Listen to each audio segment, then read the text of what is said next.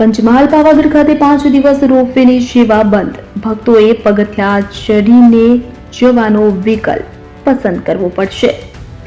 તારીખ 28મી જુલાઈથી 1 ઓગસ્ટ દરમિયાન 5 દિવસ સુધી રોપવે સેવા બંધ રાખવાનો નિર્ણય કરવામાં આવ્યો છે, જેના કારણે ભક્તોએ પાવાગઢના પગથિયા ચડીને મહાકાળી માતાના દર્શન કરવા પડશે.